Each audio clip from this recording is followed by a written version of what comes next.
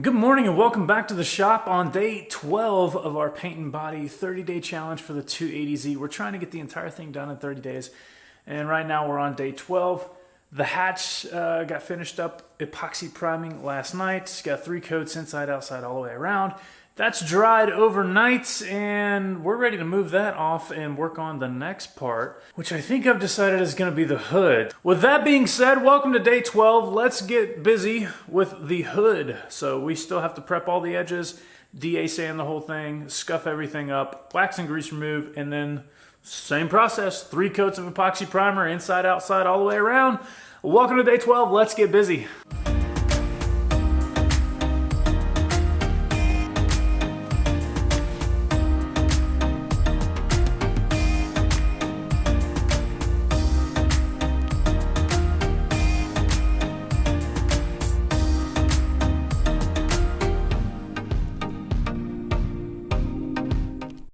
A good thing to keep in mind when you're working on these individual panels that will help you determine how much paint you need in the future is to have a little chart and start writing some of this stuff down as to how much you're mixing, as to how much you're spraying. It took 8 ounces per coat on this with the way the gun was set up. So I make notes on the gun setup, nozzle, diameter, fluid, and fan size and pressure and all that stuff. That way I try to replicate that spray when we go to spray on primer and or sealer and base and clear and see how close those are. You're gonna get a couple ounces difference between each one of those products as to how much you're using, but I find that helps me. That way I'm not just mixing up a ton of paint and wasting it. When it comes to clear coat application, if you mix up more than you need, you're throwing it away because the pot life on that's only about 3 to 4 hours. So it's really beneficial to keep track of that stuff. Make sure you don't waste more money than you need to.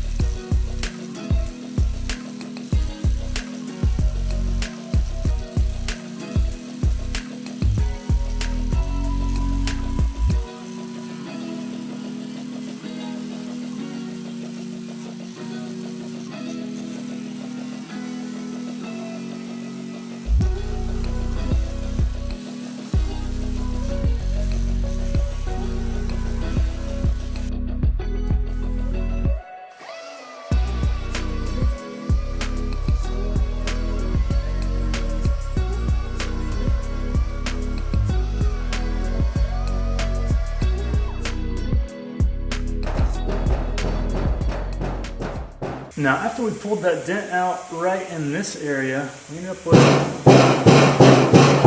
a little bit of oil canning. So we're going to try to go ahead and fix that now. We're just going to heat up the metal, find the center of where you think the can is that's popped out. We're going to heat that up, tap it down, cool it rapidly, And hopefully that shrinks the metal enough around the surrounding areas to pull everything back to where it's supposed to be. This hood is really, really flimsy anyway. It's only about 20 gauge, and the only support it has is around the edge. So everything here in the middle, outside of the edge, does have a little flex to it, but it doesn't do that. And this area was previously repaired with a ton of Bondos on, thinking that they didn't fix it right to begin with. So we're going to try to make that perfect now, as perfect as we can make it, to where we don't have to put a 1/2 inch of Bondo like they did. So let's get busy.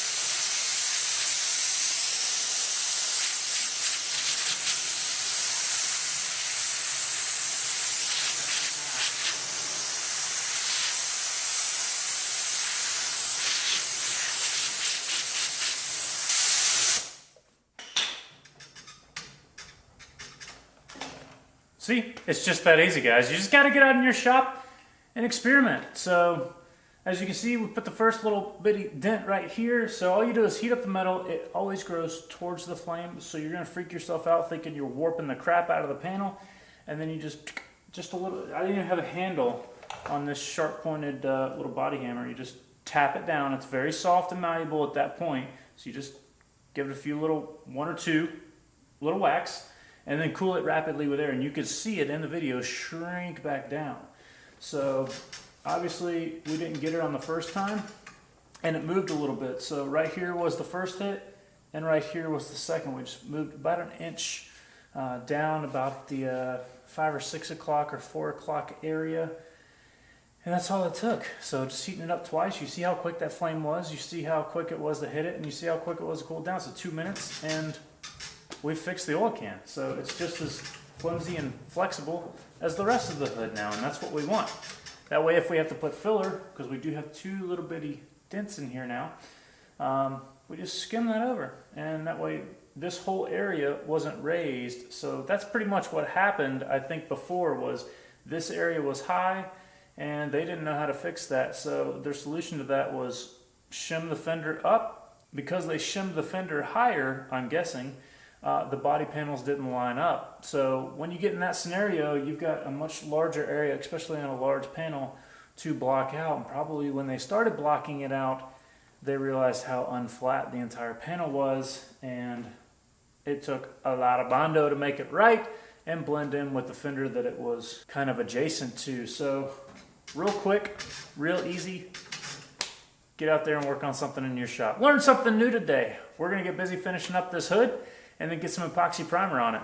All right, you know what the drill is now by this point. Parts hanging. We're done with all the metal work on it, and we got all the dents fixed, so that's a big plus. Well, as close as we're gonna get the metal shaped to minimize the amount of filler that we're gonna put on. We're still gonna need a lot of filler, but a lot less than the 1/2 inch that came off of it originally, so that's steps in the right direction. And speaking of additional steps, we gotta do the wax and grease remover now. Parts hanging up. It's been blowed off several times, so we're gonna get to using the waterborne wax and grease remover. I actually read the tech sheet, and I don't know if I said it incorrectly or if I did it incorrectly in the previous episodes, but the tech sheet says waterborne wax and grease remover first and then solvent-based. I'm guessing that's more for production shop work because the solvents will help evaporate the waterborne. So I don't really think it matters, but in any case, I'm going to do what the book says. So we're going to use waterborne wax and grease remover first. We're going to get everything off of it that way. And then we're going to come back in with the solvent based on top of that.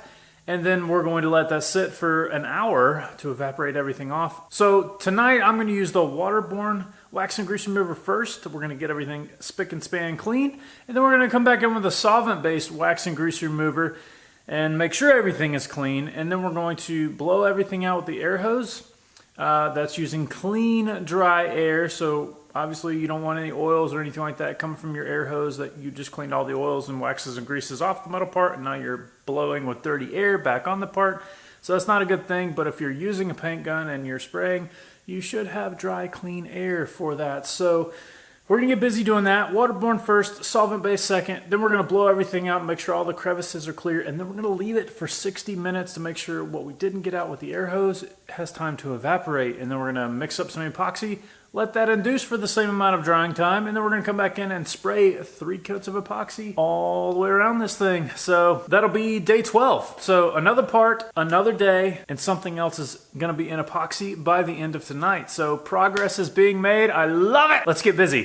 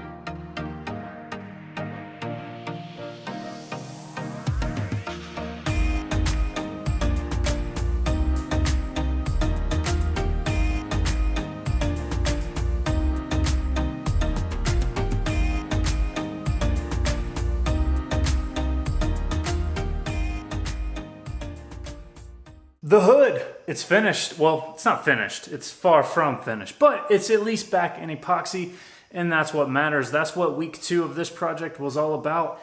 And we're not even done with week 2 yet. We have 2 more days remaining in the second week of this 30-day little challenge here. We're only on day 12, and the only things remaining in bare metal are 2 doors, 2 headlight buckets, 2 bumper fillers, which are very small pieces, and then the center front valence that's going to be delivered sometime next week. So really only 2 more painting sessions. I'm hoping that gets delivered by Tuesday or Wednesday, and that means by Wednesday, everything will have been back in epoxy, which is incredible to think about when you think back 14 days ago, not even 14 days ago. So less than 2 weeks ago, every bit of this, including the shell, was in original paint and unknown condition of what the metal was underneath. So I challenge you to challenge yourself, and that's kind of what this is all about. If you're asking me why I'm not setting up the paint booth for all this stuff, there's lots of good reasons. Mainly you guys. I know that you haven't taken the time to calculate the volume and area and CFM and airflow of what will be required to make a real, home shop paint booth effective in your area. So most of you see that and you go, well, gosh, if I had a paint booth, yeah, I would do all that stuff. Yeah, of course he's doing that because he's got all this stuff in his shop. Of course he's spraying this with that gun because it's an amazing gun, right? I'm here to show you, yeah, I do have nice equipment, but I didn't always, okay? I came from much lower quality levels of stuff all the way across the board, and I still buy stuff that is good value for money. I don't really care about the most expensive tool or the best tool.